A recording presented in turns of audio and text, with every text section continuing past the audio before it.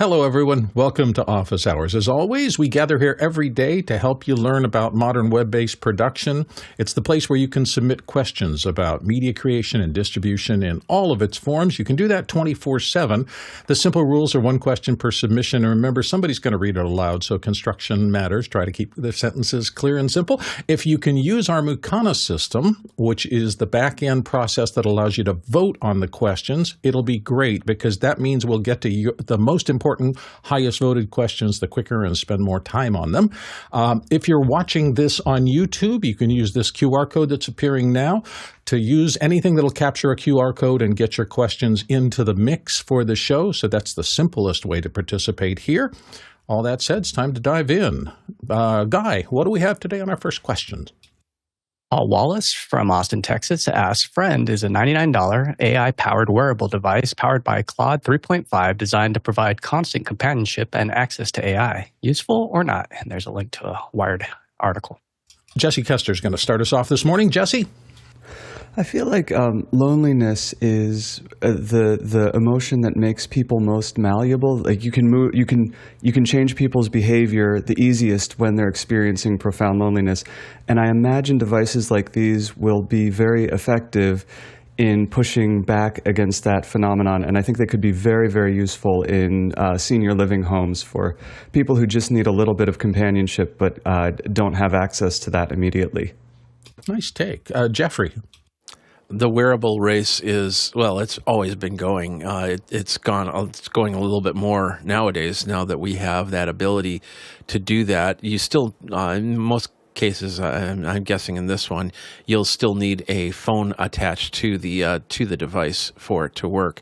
So then you have to worry about battery life of not only the pendant but also the phone, and then of course the network connection that you're using for that, because sometimes it wouldn't work. But I'm definitely seeing a lot of different things, from pendants to watches to even glasses. I can't remember who just said it, but they said in the next 10 years, all glasses are going to be smart in some way. So an AI assistant inside your glasses would probably be the best and most useful thing for anybody that wears glasses, of course. But even with sunglasses, that's just the thing. So we're going to see a lot more coming up in the next year for the one to make the ultimate win out in this situation. Alex, what's your take on this? Yeah, this is the 320 by 240 video right now. so you know what? These are all things that are coming out. People will experiment with them. They probably won't work very well, but this is, obviously we're going to eventually get to something that is probably much more robust, and the only way to get there is to start doing it. So I think that the idea is there. I don't know if this is going to be necessarily the one that does that. But you're going to see a lot of these, and I think Apple's going to just use your headset, your earpiece, your AirPods or whatever into it, and you'll be talking to it pretty soon. So your phones will do this. For folks who aren't using their phone, this might be useful. But I think that you're going to find that the phones are more effective as an in between to AI than a small device. Next question. LowerThird in Kingston, Jamaica asks, Zoom Corporation, the audio company, just released the Zoom H1 XLR. Is this combo XLR 32-bit recorder production ready? Would there be a place for this in your kit? If so, why or why not?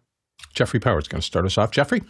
So this would definitely be a place in my kit, because I go out and I record live bands, and sometimes I do not rely on the soundboard. I rely on the soundboard to actually make the room sound good, so I can actually put up the recorder and get the more lively version of that. So to have a 32-bit recorder in there and something that can do an XY cross on there, I would be able to set it up high and capture the moment. And then, of course, something also with like a dead cat or something like that on it, so it wouldn't get wind noise. But be able to bring that up and do that. And a lot of other musicians that I know of, when they're trying to capture themselves play, they use recorders like this. So this would be perfect for that, or a public speaker or anything like that. Alex? Yeah, I think this is this new one that I don't think it has an XY on it. The older one has an XY, and I don't see it on their website. as far as getting actual specs. So the one that I think is that he put a list for, and this just came out an hour ago, is this H1 XLR, and it doesn't have any of its own mics. It's just XLR ins, which I think would be pretty useful. I mean, I think that this is actually, it's got 32-bit float according to the video. So 32-bit float, like a little box that you just kind of plug into. So it doesn't have any of the mics. It looks like and I have no idea what the price is, but we know that the one that had the mics was $99. So this one is probably relatively inexpensive, or it's a little bit more expensive and higher quality. The only question I really have related to it will be how quiet are the preamps. My experience of Zoom has not been great in that area, but I have to admit that I'm super spoiled because I use a lot of sound devices equipment, so I'm used to my preamps being super quiet. So that would be my only question. It doesn't matter how well it records or all the other features if the preamps aren't going to be quiet when you're recording them. So anyway, so that would be my only question there, but it does look really good. I didn't see a price. I couldn't find a price in the time that I saw the question to the time we did this here, but we'll keep on looking at it. It does look like a really fun, useful thing that I could throw in a backpack that would be like my backup of, I just want to put, I have it, like I'm driving a little bit next week, and I was thinking about electronics that I want to take, and because of where I'm going and all the places that I'm going, I was like, I don't want to have anything that I feel bad about losing. So I'm going to, I'm not taking all my best gear. I want to take some gear, but other than my phone, I want my phone to be the most expensive thing that I take with me, and so those are the kind of areas, or the kind of where I start using Zoom recorders, and I've used them all over the world because I wouldn't feel bad about, I've been in places where you might have to throw it out the window so that you're not caught with it, so, and in those cases, I'm usually using the Zoom recorders as opposed, because the sound devices ones would really, I would resist the temptation to throw it somewhere if I didn't need to. So, but they're very solid recorders. They've even worked after I found beetles inside of them, which was exciting. Getting them out, by the way, out of the SD card reader is difficult. I didn't. Beetle extraction. That seems like It crawled specific. in. It crawled in. I was in Zimbabwe, and it crawled into the thing. And then I didn't know it was there when I pushed the SD card in, and that was fatal for the bug. But then getting tweezers into the SD card and getting it out was, sorry. I took that in a dark place pretty quickly there. Sorry, I apologize to everyone for the morning. And you're like, oh, I'm still eating breakfast. But anyway, I think a lot of us has opened up old equipment chassis and found things we didn't expect. That one was a little rough. Yeah, Jeffrey, you wanted to slip back in for a second? Oh yeah, when I talk about the XY, I usually bring in my own XY mic. I do like the fact that you don't have an external microphone attached to it that I saw, because then you can put that microphone up high and then have the interface down by your hand. So if you need to stop, or make changes, you can do that.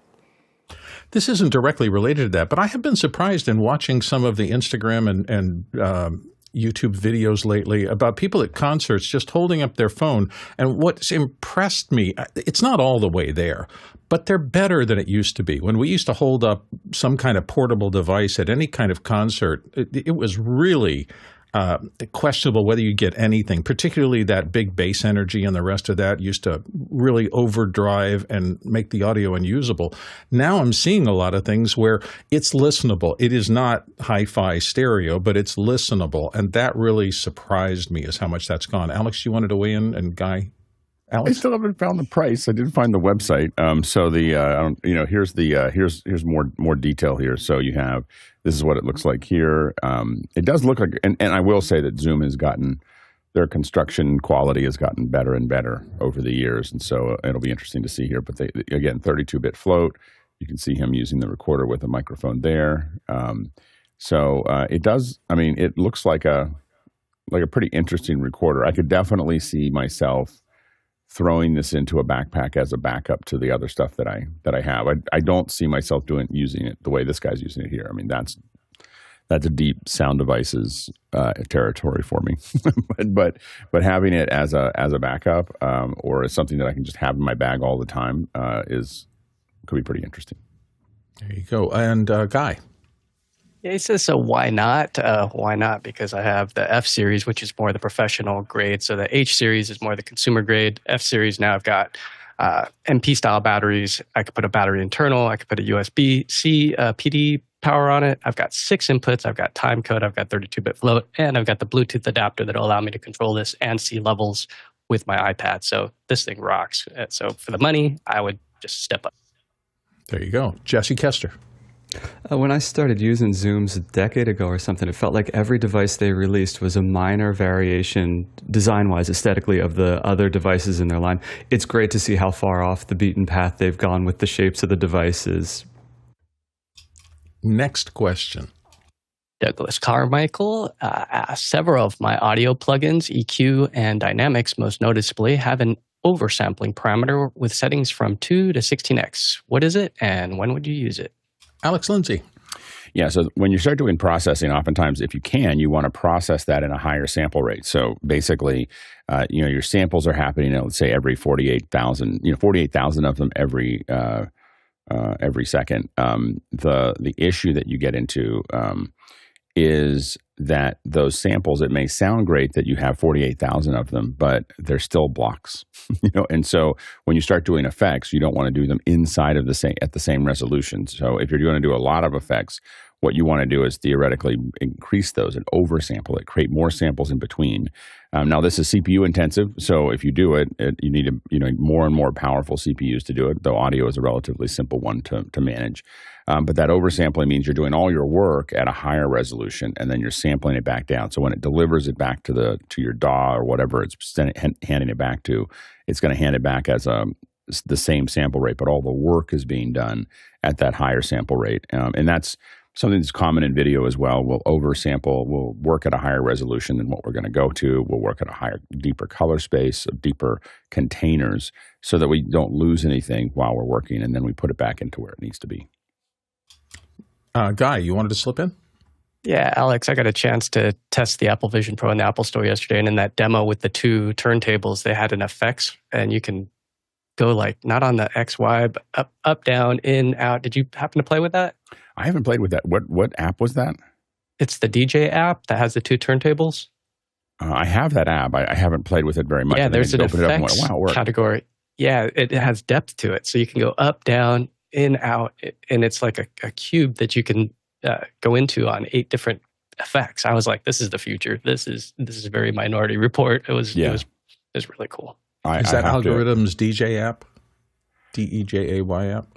I think that's the one. Yeah, I think so. Yeah, and it definitely, as I worked with some of the Moog stuff as well, I think there's definitely some incredible opportunities to create music or to do things with it that you couldn't do before with simple interfaces. Being able to move your hands around and be able to interact with the audio or anything, I think is going to really change over time how we do those. And I think that there is something, I know there's a lot of religion around whether the controllers are better than using your hands, and I have to say I'm kind of in the middle.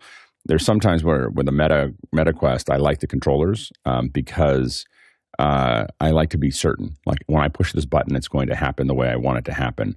I find that I was using a MetaQuest or I think the Pro yesterday, and it does do some of the hand gestures, which I found really clunky compared to the Apple Vision Pro.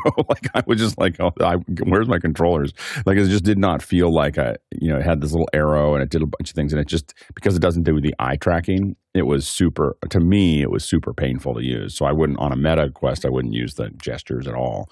But with and the problem you get into, for instance, my Apple Vision Pro doesn't track as well when I'm when I use the prescriptions. So I have a prescription inserts. So if I pull those out and put contacts in, my Vision Pro runs more smoothly. Just a little.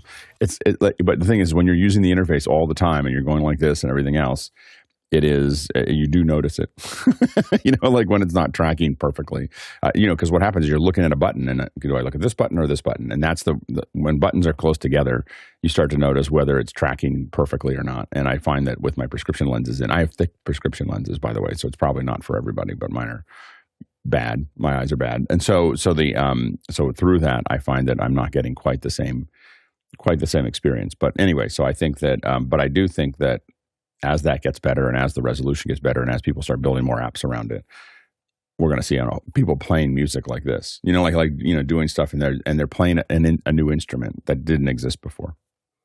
Nice. Next question. Zach Stahlsmith in Chautauqua, New York asks, I'm looking for a way to program a Stream Deck button to start a slow pan of a PTZ so that I don't have to manually do that. Is this possible either natively or with Companion? Jeffrey Powers, what do you think? There is a multi-option in Stream Deck, so you can actually set up multiple factions. But the biggest thing is having that button that says move to the left or right held down. Companion I believe Companion has that too. So basically, what you would do is you'd set a button, say press down. When you press the button, it presses down and it starts to move, and then you put a delay on, and then you would have the button release up after a certain amount of time. So you'd say 1,000 milliseconds, and then it would pan this way. There's also, when I use a joystick, you have the pan controls and the zoom controls speed-wise. And I'm not sure if that is in Companion or not. Central Control would also have options for this, so you can check that out from there. But basically, it would be I want the button pressed down. I want you to wait about 2,000 milliseconds and then release the button. Alex? Yeah, generally in PTZs, the delay or the slowness of the movement or how fast it takes to get from point A to point B is driven by the camera. So the camera has that built in. You can usually create those settings of ease in, ease outs, time, distance, and so on and so forth on a higher end PTZ camera. And so you're not really you're using Companion to activate that, but you're not necessarily Companion. And I don't know of a lot of external programs that would do it. That would actually control that camera's speed. It's not impossible to do that, but it does take a certain level, a sample rate that's high enough that you're not going to see it as it's telling it to be somewhere else over time. So, but almost every time we've done that, where we have presets that we're going to, if we're not using a joystick to do it, it's because we pre-program the speeds. Next question. Next one up is from Roscoe Jones in Madison, Indiana, and he asks, what are the best cables and connectors for making SDI cables? And he's got a link to Joel Smith's website. And I know that Alex does a lot of cable building, so I'm sure you have an opinion on this. Oh, I have a definitive opinion, absolute opinion about this. It depends. That's the number one answer on office hours. That's my definitive. It depends. I think that Mickey said that the Belden 4794s or 4694s, the Belden 4855s for short runs, Neutrix for connectors. Yeah, and so what Roscoe posted was a link. I hadn't seen this before, so I haven't had time to look at it. But like best coax connectors, he's agreeing, I think, with Mickey on some of these things. So these are great here. He's got the different Beldens, and a lot of us have a lot of Belden cables, so I think that's pretty safe. I didn't see where it put connectors in here. I am. Let's see, coax. It said and connectors, but it didn't list any connectors, and so he's still working on the site. So anyway, I do agree with a lot of the different Belden solutions for the cables. I am ardently a fan of the rear twist, as many people have heard me, the rear twist Neutrix connectors, because I can change the color and I can even pull them out of a high density without a trumpeter. So a trumpeter is this long thing that I think, unless it's done expertly with time and not in a rush, it will reduce the life of your equipment, because it's a big lever. So you're going in there and you're turning something, but unless you go in perfectly and turn it, if you pull down at all, you're putting an incredible amount of pressure on the connector. And you should use it sparingly with very expensive equipment, and never with Blackmagic equipment. so the Blackmagic, the way that the Blackmagic, they've gotten much better about it, but the way a lot of their routers are put together because of the surface mount technologies and a lot of other things, and again, it's gotten better, but you really want to be careful about using trumpeters on Blackmagic equipment, because they're those SDIs. In general, Blackmagic equipment is a great deal, great price, as long as you treat it well. You have to treat it, you can't bang it around the way you can with some other equipment there. which I don't recommend. Since I'm not a banging my equipment around kind of person, it doesn't bother me. So, but I think partially because Blackmagic taught me to do it that way. So I think the rear twists are important both for the equipment, convenience, marking, labeling, all those other things. So, but the exact Belden version that you use depends on how long the run is and whether it needs to be 12G, 6G, 3G, etc. Next question. Next one in from Larry Avery in San Dimas, California. And he says, I'm tired of paying for Creative Cloud Suite for mostly just Premiere Pro. How successfully and difficult will it be to export projects to Resolve without having to rework a lot of it? In parentheses, he has edits, titles, transitions, etc. What will key obstacles be?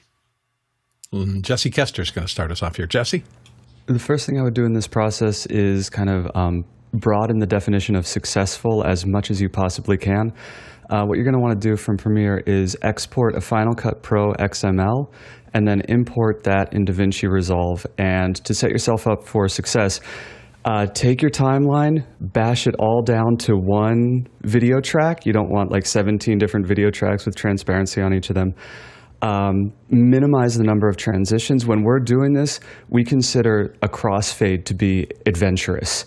Anything more than that, just forget about it. Titles might make the transition, don't count on it. Then you import that XML into Resolve, see what has survived and what hasn't.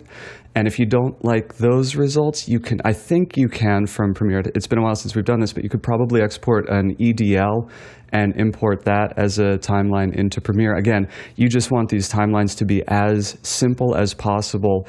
The more unique you get to the software. So if you're doing titles, that's a little less likely to succeed than just a flat timeline. If you're doing something with Mogerts, just again, like forget about it. It will only carry the most basic information from one timeline to the next, and then assume you're going to be doing some rebuilding once you get to Resolve. It is worth it for all the color correction tools that you get in Resolve. Alex Lindsay. In general, my recommendation is take on a project start doing projects, smaller projects in Resolve. Don't try to move the Premiere ones over. I mean, you're going to spend so much time dealing with the Premiere ones, unless, as Jesse said, unless you're doing straight cuts and you're doing it. And at that point, why not? Yeah, I mean, you can definitely get that to work. But as you add any more detail to it, you're going to have a hard time getting it really all to be exactly the way you had it before.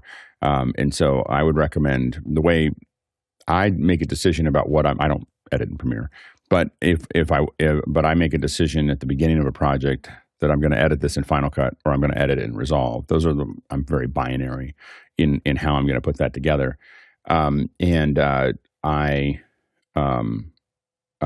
If I'm looking for speed and ease and I just need to get this out and put it together. And that doesn't necessarily mean, when I say speed, I did one that took me days to edit, but it would have taken me weeks to edit and Resolve. so like, compared to Final Cut, so it's not when it just needs that I have a lot of data that needs to be compiled to do that. And I just did that recently. It was 8 hours of content that had to be cut together, and it wasn't super complex. And I think the multicam works better in Final Cut. And it was a bunch of things that were easier to do in Final Cut to do that. So I make those decisions, but I haven't tried to port from one thing to another for years. And I've done it maybe 5 times in the last decade, and none of them have been a good experience. And some of them were necessary because we had to get it into Resolve to do color, or we had to do something else, but they've all been bad experiences, and they've all hurt, and they've all been like, I don't want to ever do this again. So I don't think that I wouldn't get good at that. I would just start deciding what your editing package is. Jeffrey Powers. And by the way, excuse me. Go ahead. Where I was yesterday, the conversation is how Resolve's taking over. Like just so you know, and this was in Hollywood. It's just pounding through everything. I mean, they just see it. Everybody's talking about the fact that people are just having less and less reasons to not use it. It's not quite there yet at the very high end for some of the editing stuff. Some of the Avid editors are like, I still need this, and this, but it's just grinding up the market. Jeffrey Powers. There's also some third-party services that you can get, because this could be, as you heard, it could be a tedious little work and the question is it worth your time to move it over or give it to somebody who's doing this on a constant basis to know how it needs to come over and set up, because you don't want to set it up yourself and then find out that you did it wrong, or you did one thing wrong and you got to start over again. So you could check into those if that's not worth, if the conversion is not worth your time. Jesse Kester, you want to come back in? Yeah, I just wanted to mention, if the main, like the core concept of this question is that you're trying to wind down your Creative Cloud subscription, I would assume one calendar year from when you start that project to when you can actually cancel your subscription. And what you want to be doing is spinning up new projects in Resolve and archiving the Premiere ones. Guy Cochran wanted to get in on it. Yeah, I'd probably just ditch the Creative Cloud suite and then just pare down to just Premiere, because the $22 a month, even $50 a year, probably isn't worth your time of going back and trying to fix all the things that get lost in translation. So I'd probably just pare it down to Premiere and start doing new stuff in Resolve, but keep Premiere just for those basic things, or when you just need to jam on something because you know all the keyboard shortcuts. And that's kind of where I'm at, is I know all the keyboard shortcuts that are burned into my memory. And so the transition to Resolve's been a little more rough for me, because even though I do go into the keyboard shortcuts and say, do the Premiere ones, I'm trying to learn the Resolve ones. I'm trying not to use that. And it's a bit of a crutch now.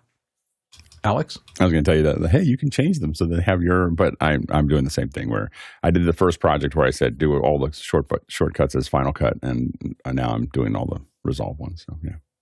Yeah. The one thing I will say, it might help you, Larry, is that instead of doing a translation, I would do an overcut. Take your original project, just export it as a consistent video, put that on your Resolve timeline, make it small, and then just build in Resolve to that. That's how I've done every translation from Premiere to Final Cut when I'm cutting, is to get that guide track, and then that helps me because I don't have to remake all the decisions that the original edit had in it. They're in front of me to look at, but now I'm going to execute them in the tool set that's going to keep me going forward. And once I do that, I can throw away the old reference track. That's been successful for me in terms of creating projects in the new thing from the old thing. Next question. I got one in from Paul Wallace in Austin, Texas, and he asks, what production use case do you see for the Little Bear 4-port mixer that requires no power and doesn't need batteries? And he's got a link here to the Amazon listing. Nice. Jesse Kester, what do you think? Not many. This is going to be one of those all attenuation devices that just brings down the volume. You don't want strictly passive on something like this. It does look like a very fun toy, and I would love to have one sitting around the office just to noodle with it, but I wouldn't be bringing this one out on production. Alex? It's open air, which bothers me. Like when things are open like this, I'm just like, I don't think so. Magnet. So I'm always like that kind of makes me uncomfortable. There are a lot of them. The one that I have that I've gotten a long time ago is this little behringer one, which is a little less expensive. And this one, a lot of us have sitting around, and what we use them for is, you've got a couple different sources that you want to monitor. I mean, I don't use it for any, or a couple. This is a amplifier. Oh, this splits them out. So this is a splitter to split them out, and I use actually a sound devices for that. I misread this one.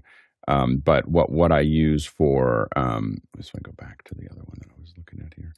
This one I think combines them. So this is combining them together, and Blackmagic or Behringer makes one of those as well. But what this does, I believe, here is that you have one output and 4 inputs. And so, for instance, I have when I'm doing Michael Krasny's show, and I'm getting one of these because I can't find the last one I had, but not one of these, but something like it. I've got a bunch of inputs of how the show sounds on the mix pre, and one thing I have to add, I realize I've been kind of switching back and forth, is I want to listen to the stream, I want to listen to this, I want to listen to 3 or 4 different things. So the quality of it isn't nearly as important to me as I'm just monitoring things of like, how does it sound and what does this look like? People use these also to feed in comms from something. So we've used them to take, I've got comms on something else. I can just feed it in here, and then I can attenuate it so that it is what I need it to be. So it's mixed into everything else I'm listening to. So they're nice little Swiss Army knives. I I buy them here and there, and then I lose them. The nice thing about this one is it doesn't have a wall wart, which you always forget to label, and then you can't figure out which one is which, and then it's just floating around in a box of wall warts. So it's nice. A passive one is it could be very useful. Jeffrey?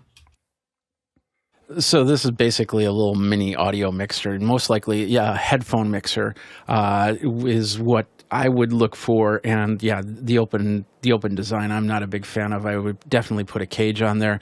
I don't like the idea of 3.5 millimeter ever. When it comes to sending out audio, I only use it when I absolutely have to. So I would look for something that would have something more of, if anything, a 1/4 inch stereo would be better than, but XLR would be where I would try and find.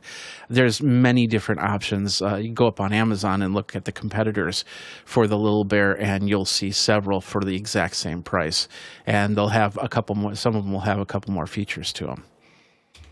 Don't forget, your questions drive this show. In this case, we've got a nice group of them, so thank you for those. But your votes still count, which means that if you'd like to control what we get to quickest and spend the most time on, slip into the Mukana system. You can follow the kind of breadcrumbs on the website at officehours.global.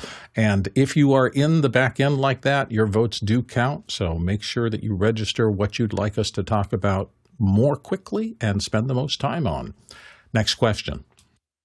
John Foltz in Selinsgrove, Pennsylvania asks, the Tilta Nano-Focus with the Blackmagic Camera app on an iPhone. A nice concept, but did anyone ever get it to work?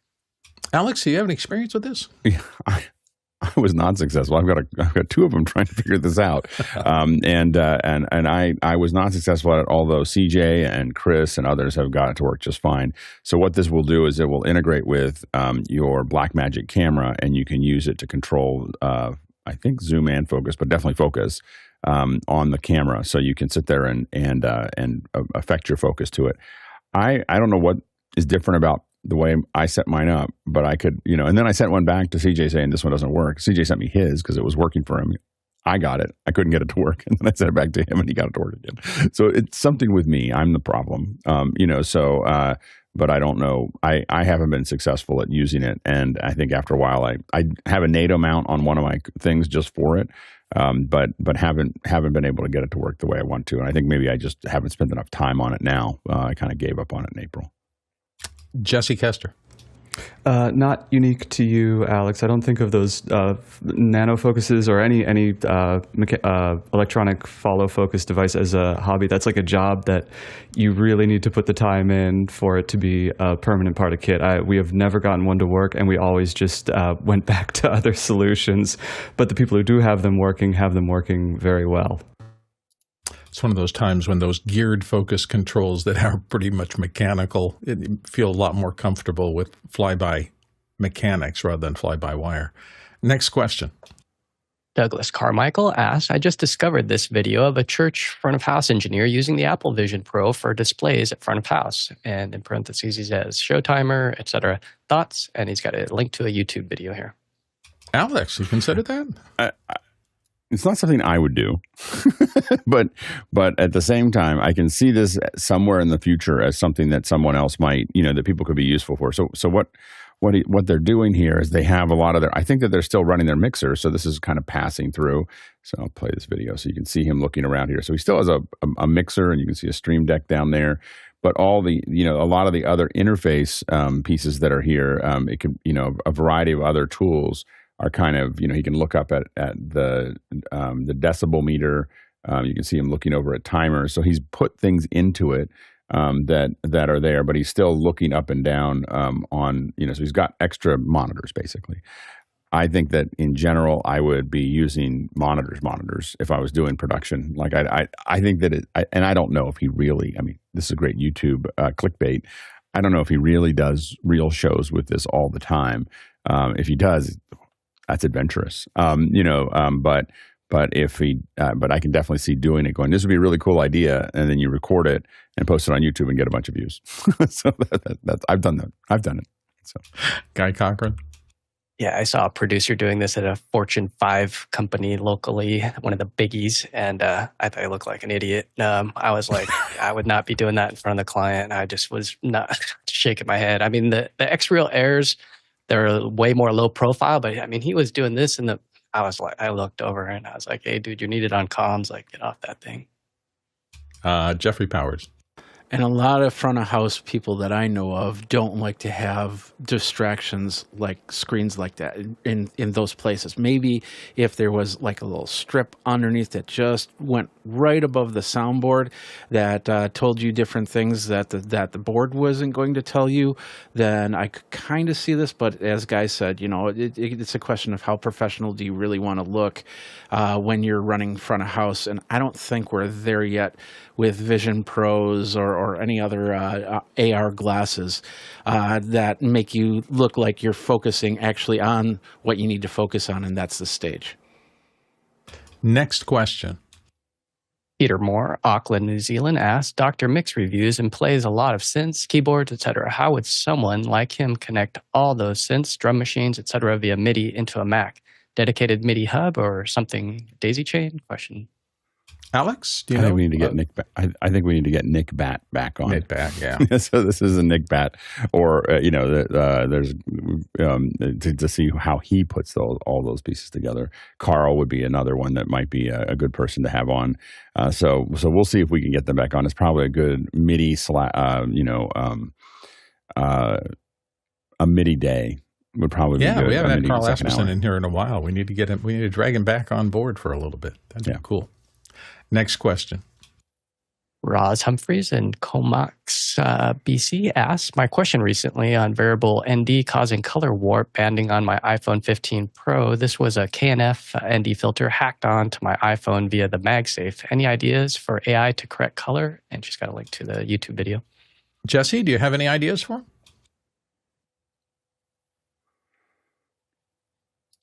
Jesse, we're not hearing you. Yes, thank you for your patience. I was just trying to get this up on the screen. So this is what we're looking at. And I would say that this footage, I would consider this footage lost. But this could be very, very useful if you're doing music videos or something like that where you need a highly stylized look. But I would not try to recover that footage. Oh, that looked pretty scary to me. Alex?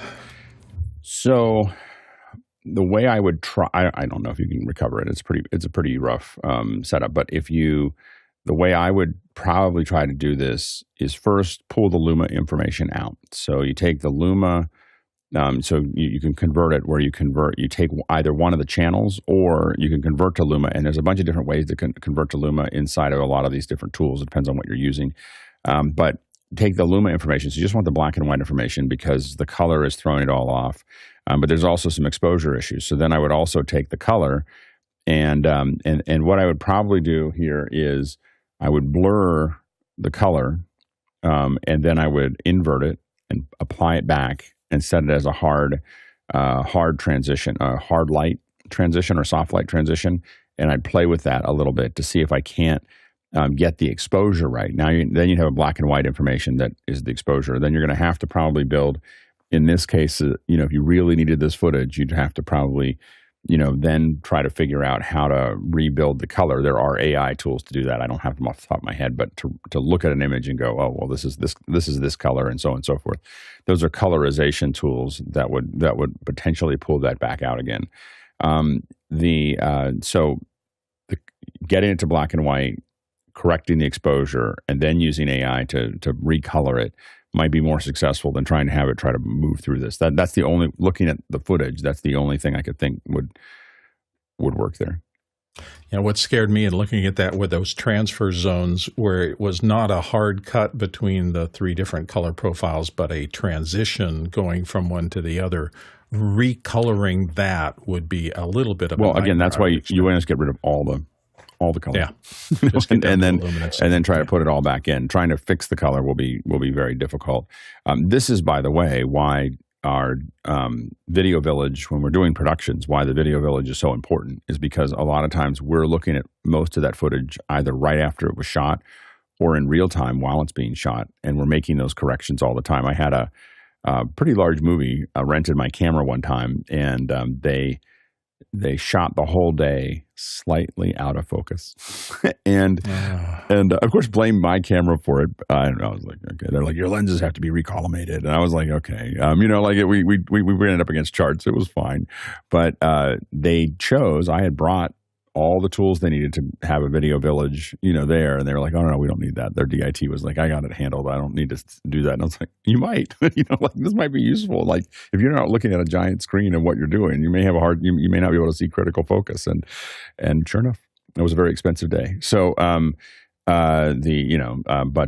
anyway, having something looking at your footage after you've shot it is a really important while you're still there. So you can go get it again if you need to. Just support that by saying the term confidence monitor is there so that you have confidence in that what you're seeing on the set is exactly what is going to your recording. When you don't have that, it's a big risk. Next question. Unsak Dorji in Dharamshala, India asks, hi panelists, I usually use a short 1.5 foot long twin XLR to 3.5 millimeter cable to bring audio into my Atem from my Behringer audio mixer. How can I use the ART CleanBox Pro in my current workflow? Guy Cochran, you articulated the question. Can you help him? Sure. This is the box to get because what the Atem's expecting is consumer line level. And so if you're using a Behringer before, it's sending out a signal that's too hot. So when you look at that device, you can still use that exact cable that you already have. So you go XLR in, that's the balance line in there on the left and right. And then you'll notice in fine print, it does say that the RCAs are unbalanced.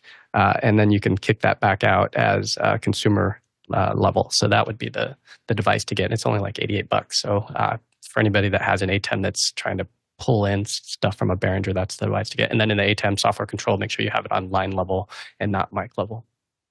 Jeffrey, do you have any additions?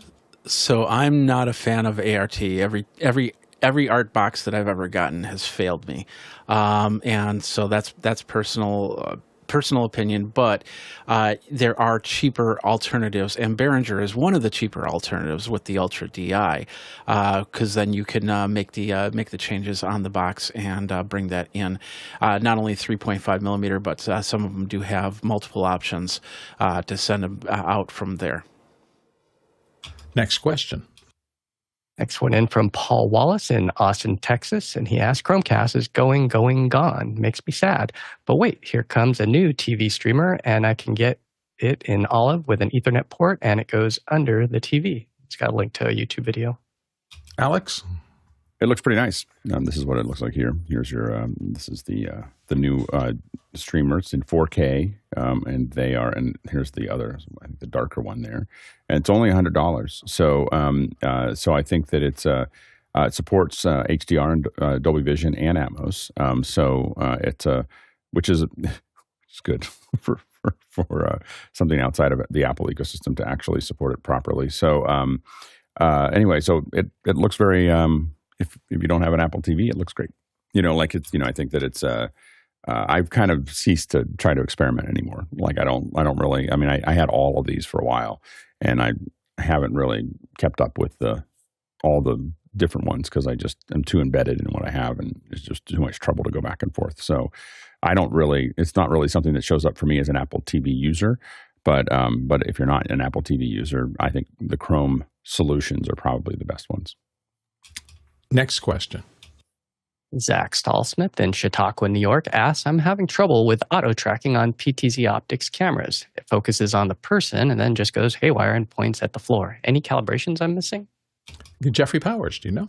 Not really in PTZOptics, but I would look at your lighting. There's something that's definitely distracting the AI from working properly. I've used the AI tools, and last year I used them on a production.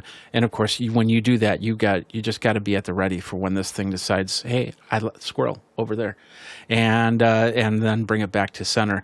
There is a setting that says if it gets distracted and can't find the face after a certain amount of time, go back to this point and then refine from there. But the other thing is check your lighting. because if you have a well-lit area where the person is going to be, then the AI will work really well. The second it gets really dark, it gets confused, and then, like I said, you can then have it go back to center and work from there. But yeah, you're definitely going to be riding any type of on-off button with any of the AI generated PTZ options. Alex Lindsay. I would not use AutoTrack on anything that matters. If you're a school and you want to keep track of a teacher walking back and forth, maybe that's okay. But I wouldn't use it for anything else. Like, it's just doesn't, I have not seen any at any price that replaced a human, tracking someone to do that. And maybe they'll come out. But the problem is that a lot of stages have so many different variables that are going on with what they're doing. And when they work at a kind of a wider, when we've seen them work, they work at a wider, it's not really, the real close-up ones is where we see a lot of hallucinations, on the PTZs as the lens length gets longer. And I know that everyone's selling this as an idea, but I've never seen it work for hours without it doing something that I didn't want it to do. And for me, in my productions, if I have a couple bad frames, like if I have a second of bad video, that's weeks of meetings about why did this happen and everything else. And so again, as a school or a very low, like there's just kind of like people can put up with it, or it's just there to help. But for anything that matters that you're getting paid for, I would not use auto tracking. Guy Cochran. Yeah, I'd reach out to the manufacturer and let them know and see what they say. But to follow up on what Alex was talking about, the new Sony AM7 is just spectacular. So Greg Gibson has a beta version. Oops, your mic muted. Oops. Here's some footage that he was able to capture. Just he's running his FR7 side by side in just a beta mode. These things aren't shipping until next year. But look at this tracking, even as people walk in front, and it's pretty remarkable. So he put this up in the FR7 group as just an example of staying on the right person, and he clicks on the person, and even as people walk in front, it's still on that guy. It's pretty spectacular stuff. I guess that's the feature. The problem is that just what I saw there, that's a good example of like that would not work for me. Like I couldn't use that, like that auto track. It's way too aggressive. Of how it's tracking, it's moving way too much. So I guess that's the that'd so be my you cut problem. to the wide during a lot of this hustle and bustle, but Right. the important thing is that it settles on the right person at the right. When it settles down, when there's not a bunch of people in front, he can now have a usable shot. So you obviously need multiple shots to cut to. But yeah, it's pretty impressive where it's going. And these are in his Facebook FR7 group. If you guys want to watch, there's more of these types where he's really pushing the pace. Yeah. Jeffrey Powers. So, and you can slow that down. So there is options. If you look at the screen, they'll have like with the PTZOptics one, you have an option to create a frame. So as long as the face stays in that frame, it will go fast or slow. What he was doing was he was wandering around stage, getting ready for the next session. So I would expect the erratic motion to happen. But once they sit down, it gets pretty stable. And like I said, with the lighting there, the second that in most cases, it looks like in this case, it's really staying on the person. But in most cases, once that lighting gets really dark, then it'll just go right back to the initial phase. So if you got a person that's coming up, talking for a few minutes, and then leaving for the next person, then you're good. If you've got other faces there, that can always be a problem in trying to keep it on the original face. Confession time for me. One of the reasons that I did not have any kind of career as a camera operator is that the 5 or 10 times that I had to track someone on stage, I was okay at it, but boy, I was not great.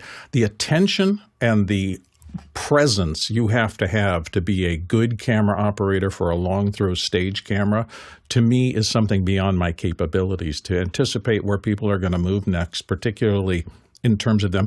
The camera operators, the men and women, typically young, who do that kind of work really well, it's an art, and I just bow down to them. I was unable to sustain that kind of precise attention over the course of time, so hats off to people who can do that work. Maybe robotics will take over it, but it's not an easy thing. At least that was my experience with it. Next question. Next one in from Craig Kadoki in Toronto, Canada, and he asks, with what happened in Vienna, Taylor Swift show, should we have another look at event security and how to be safe at work? Maybe a second hour? Alex? Yeah, I mean, I think we can talk about it. I think it's better, I think, just to handle questions here and there. I mean, I think the real problem is that you can't make large events safe.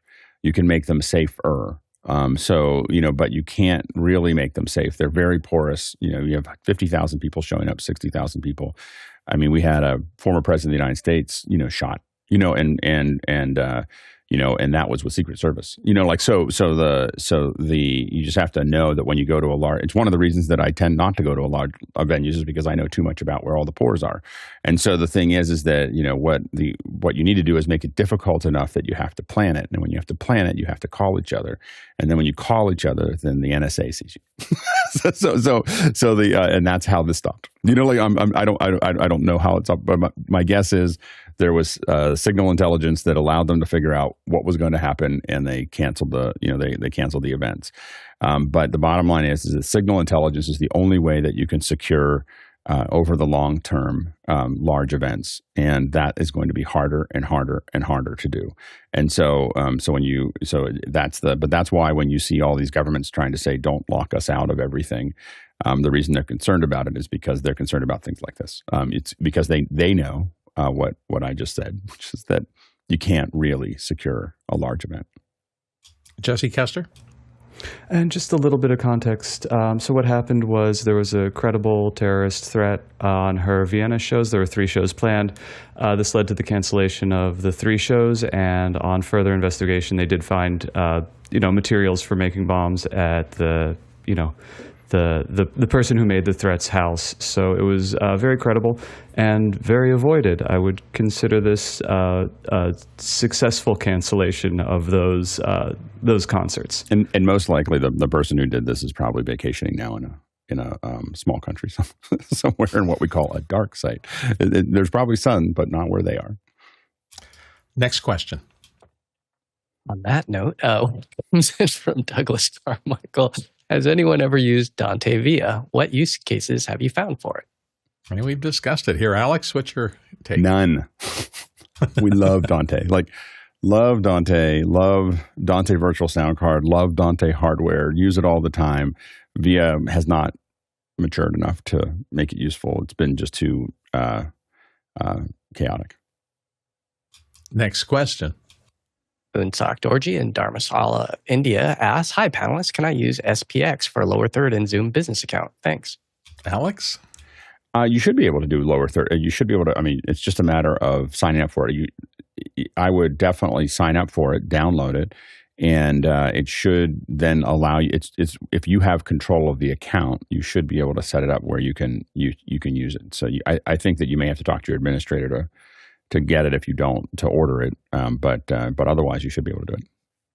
Yeah, and if you go back in our history of archives and search on Tuomo, what's Tuomo's last name? I don't remember. He was Cuomo. Part of our panel for a while. Yeah, Tuomo.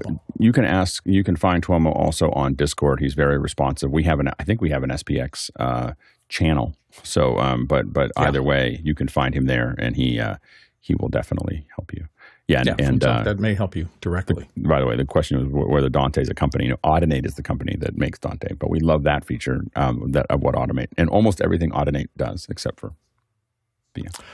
Let's go to our next question. Robert White in Jacksonville, Florida asks, when I use a laptop as a sound source for a presentation or playing music through a mixer at an event, I can intermittently hear a hum noise in the audio. What are some ways I could extract clean audio from a laptop for live use? Easier the better. Okay, intermittent audio problems. Jeffrey Powers. Well, first of all, it depends on the device that you're using. Earlier laptops, some of them, especially the smaller ones, the netbooks and things like that, they would always have a hum, and it was because of the sound card. And the sound card was put in right next to the Wi-Fi, or it was somewhere on the board that was just completely unprotected. So that would be the first thing, is what laptop are you using? Second thing is, where are you placing said laptop? If you're putting it on top of some array that's just emitting a whole bunch of electromagnetic pulses, yeah, you're going to get noise from there.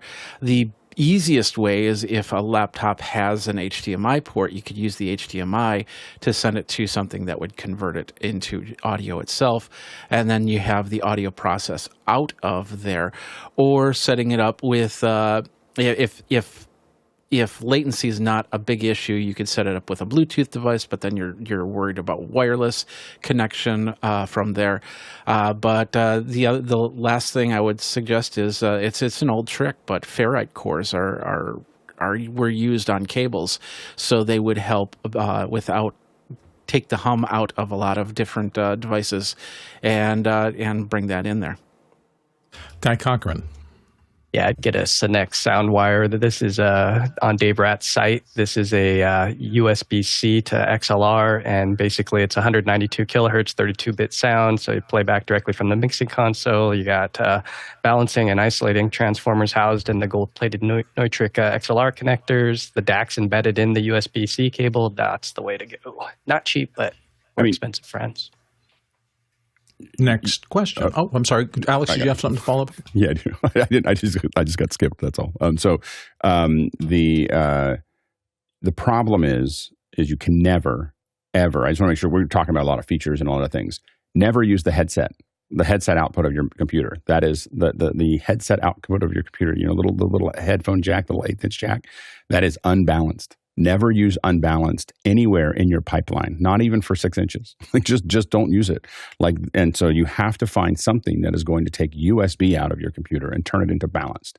You never want to touch the unbalanced part. And so what Guy suggested is definitely a great way to do it. A cable that just does it. Chris Sabato suggested this PV. This does the same thing. So basically, it's a USB connection that goes out to the left and right output. What I used to have. 2 or 3 of these boxes. This is a very expensive solution for this, but this is the USB Pre 2. And I used to have these boxes. I had 2 or 3 of them just sitting in my bag, so that when I went to an event and I heard that buzz that you're talking about, I just walk up and hand one to somebody and just write down where it went. Because what this does is it takes obviously USB connection, and this will do in or out. But the 3.5 inch or 3.5 millimeter or 1/8" jack on any device that you have is worthless for production. You know, I just want to make sure we're really clear, and that's why I don't really use audio in my mixer. You know, in my Atem minis, because you should not have you should not put unbalanced anything into your production. Period. Next question. Got one in from David Brady in New York City, New York, and he asks, ASUS PA147CDV, useful in production rigs, 32:9 aspect ratio, 10-point touch. Sorry, Mac peeps, no worky. And he's got a link to the ASUS site for this model. Alex?